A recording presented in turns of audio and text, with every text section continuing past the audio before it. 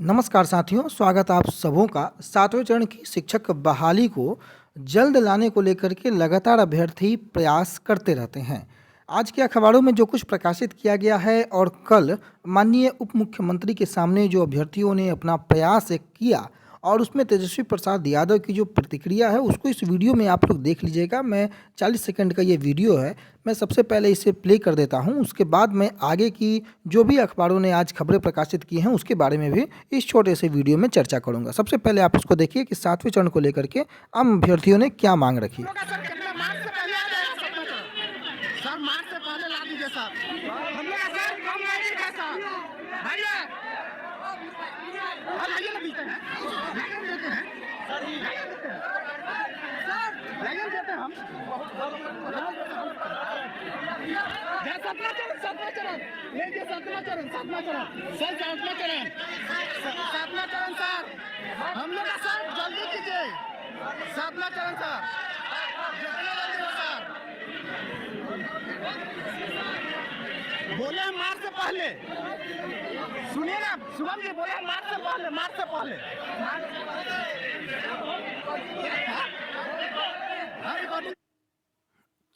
तो आपने देखा कि इस धक्का मुक्की के बीच माननीय तेजस्वी प्रसाद यादव के सामने सातवें चरण की मांग को रखते हुए अभ्यर्थी और मार्च से पहले, इसके पीछे के दो कारण हैं। देखिए, मार्च से पहले कहने का मतलब है, थंबनेल में भी मैंने लिखा था कि सीटेट 2022 जो अभ्यर्थी पहले से क्वालिफाई हैं उन सबको पता है कि सीटेट 2022 जो कि फरवरी के पहले सप्ताह तक उसकी परीक्षा की तिथि घोषित है और मार्च से पहले अगर सातवें चरण के नोटिफिकेशन की घोषणा हो जाती है तो वो अभ्यर्थी वंचित रह सकते हैं।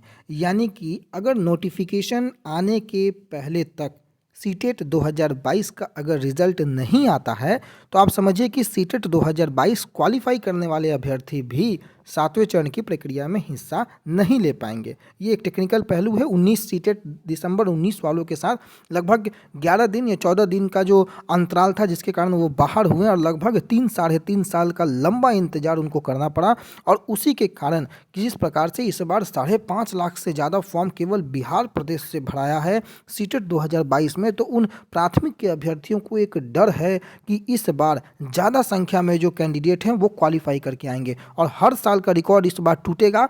कारण क्या है कि जो लोग पहले से क्वालिफाई हैं उनमें से भी बहुत बड़ी संख्या ऐसा है जो इस बार फॉर्म अप्लाई करके और सीरियसली इस बार की सीटेट के एग्जामिनेशन में अच्छे मार्क्स प्राप्त करने की उनमें होड़ मची हुई है। कारण जब से 60-40 की बातें उन्होंने अखबारों के माध्यम से, सोशल मीडिया के माध्यम से सुनी है, सबको यह अब एहसास होने लगा है कि सीटेट में हम अच्छे मार्क्स प्राप्त करें ताकि हमको आगे जो है, क्योंकि पहले ये क्वालिफाइंग एग्जाम माना जाता था लेकिन अब जो पहले पिछले कुछ दिनों से चर्चाएं चली हैं उसके बाद सीटेट में इस बार 5.5 लाख से अधिक का फॉर्म गिरना और बिहार प्रदेश से केवल यह दर्शाता है कि प्राथमिक के अभ्यर्थियों को डर सीटेट 22 का सता रहा है। और मार्च के पहले इसके बात में अगर पीछे पहलू की आप चर्चा करें तो सिर्फ और सिर्फ वही पहलू है कि भीड़ को कम करना। बाकी अन्य मुद्दों पर हम लोग चर्चा करेंगे। तो तेजस्वी प्रसाद यादव के सामने जो लगातार प्रश्न चिन्ह उठ रहा है 10 लाख नौकरी का, लेकिन अब तक सरकार और शिक्षा विभाग जो है ढुलमुल रवैया अपना रही है। अखबारों और पत्रों के माध्यम से ही बहाली हो रही है। आज के अखबारों की अगर आप चर्चा कर ले तो अखबारों ने लिखा है कि अप्रैल से जो है नए सत्र की पढ़ाई शुरू होगी विद्यालयों में, परंतु उस नए सत्र में क्या शिक्षक उपलब्ध होंगे, सबसे बड़ा सवाल है। पिछली बार के जो सत्र शुरू हुई थी उसमें लगभग प्राथमिक के 42,000 के आसपास शिक्षकों की भर्ती हो चुकी थी। 28 फरवरी आपको पता है कि प्राथमिक के अभ्यर्थियों के नियुक्ति पत्र देने की जो तिथि है वो घोषित थी और 17 फरवरी एसटीईटी अभ्यर्थियों के नियुक्ति पत्र देने की तिथि घोषित थी। हालांकि किसी कारणवश एसटीईटी अभ्यर्थियों का नियुक्ति पत्र में डिले हो गया, परंतु प्राथमिक के अभ्यर्थियों को 28 फरवरी से ही नियुक्ति पत्र वितरण किया जाने लगा और नए सत्र में उनको पढ़ाने के लिए विद्यालय में योगदान करने का अवसर भी मिल गया।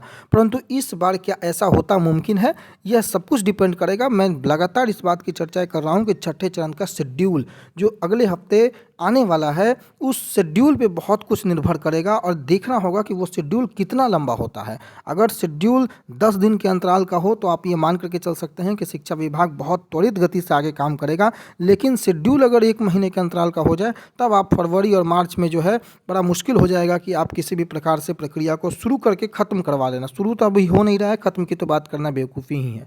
तो सब कुछ डिपेंड करता है उस शेड्यूल में। वो शेड्यूल ही शिक्षा विभाग पहले जारी करे, उसी का इंतजार है। कुछ एक नियोजन इकाई नगर निगम चुनाव के कारण जो बाधित थी, उसके कारण ही सारी प्रक्रियाएं बाधित है। आगे की जो प्रक्रिया होगी वो जैसे ही खत्म होगा शिक्षा विभाग शुरू कर देगी। ऐसी सचिवालय से लगातार अपडेट्स आ रहे हैं। तो कुल मिलाकर आज की इस वीडियो में जो अखबारों ने प्रकाशित किया था, और एक महत्वपूर्ण बिंदु और अखबार ने प्रकाशित किया है कि शिक्षक जो है अब जातिगत जो जनगणना हो रही है उसमें उनको लगाया गया है, जिसके कारण से पढ़ाई और ठप हो रही है। तो आप समझिए कि शिक्षक जो है पढ़ाने के अलावा बाकी सारे काम बिहार सरकार करवा रही है। सिर्फ विद्यालयों में पढ़ाई के लिए शिक्षक उपलब्ध नहीं है, बाकी सारे कामों के लिए शिक्षकों को लगा दिया जाता है, चाहे चुनावी ड्यूटी हो, चाहे जनगणना हो, चाहे जातिगत गणना हो। इन सभी मुद्दों को लेकर के एक अलग मुद्दा बन जाता है। लेकिन फिलहाल जो महत्वपूर्ण मुद्दे थे उसको हमने शामिल किया। आने वाले वीडियो में किसी अन्य महत्वपूर्ण टॉपिक के साथ हम लोग उपस्थित होंगे। तब तक के लिए अपना बहुत ख्याल रखें। धन्यवाद।